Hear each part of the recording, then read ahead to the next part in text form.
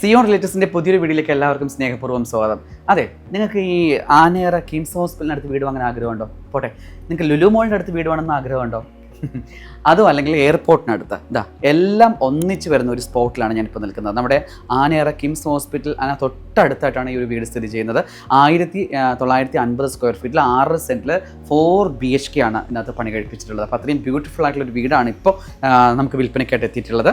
ഈ ഒരു സ്ഥലത്ത് നമുക്ക് വളരെ ശാന്തമായി ജീവിക്കണം, എന്നാൽ സിറ്റിയുടെ നടുവിലാകണം, ബഹളമൊന്നും പാടില്ല, വളരെ കാം ആൻഡ് ക്വയറ്റ് അറ്റ്മോസ്ഫിയറിൽ താമസിക്കണം എന്ന് ആഗ്രഹമുണ്ടെങ്കിൽ തീർച്ചയായിട്ടും ഞാൻ പറയും ഇത് നല്ലൊരു സ്പോട്ടാണ്. കാരണം ഇവിടെ നമുക്ക് നോക്കുമ്പോൾ തന്നെ വളരെ ഒരു എന്താണ് മനസ്സിന് നല്ല കൂളിംഗ് എഫക്റ്റ് കിട്ടുന്ന ഒരു കാഴ്ചയാണ് നമുക്ക് ഇവിടെ നിന്ന് പുറത്തേക്ക് നോക്കുമ്പോൾ കിട്ടുന്നത്. എന്നാൽ സിറ്റിയുടെ നടുവിലാണ്. 800 മീറ്ററാണ് വെറും കിംസ് ഹോസ്പിറ്റലിലേക്ക് എത്താൻ. ഈ വീടിന് തൊട്ടടുത്ത് തന്നെ 800 മീറ്ററാണ് കിംസ് ഹോസ്പിറ്റലിലേക്ക് പോകുന്നത്.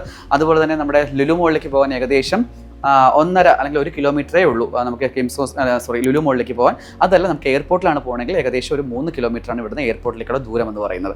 അപ്പോൾ അത്രയും അടുത്തുള്ള ഈ ഒരു അടിപൊളി വീട് സ്വന്തമാക്കാൻ ആഗ്രഹിക്കുന്നവർ മുടക്കേണ്ടത് ഇത്ര മാത്രമേ ഉള്ളൂ. 1,35 ലക്ഷം രൂപയാണ്. ഇത് കേട്ട് നിങ്ങൾ ആരും ഞെട്ടണ്ട, ഇതും നെഗോഷ്യബിൾ ആണ്. അപ്പോൾ ഇത്രയും നല്ലൊരു സിറ്റിക്ക് നടുവിൽ നല്ലൊരു വീട്, അതും നല്ല കൂൾ ആൻഡ് കാം എഫക്റ്റോട് കൂടി താമസിക്കാൻ ആഗ്രഹമുണ്ടെങ്കിൽ താഴെ കാണുന്ന നമ്പറിൽ സിയോൺ റിലേറ്റീവ്സുമായിട്ട് ബന്ധപ്പെടുക.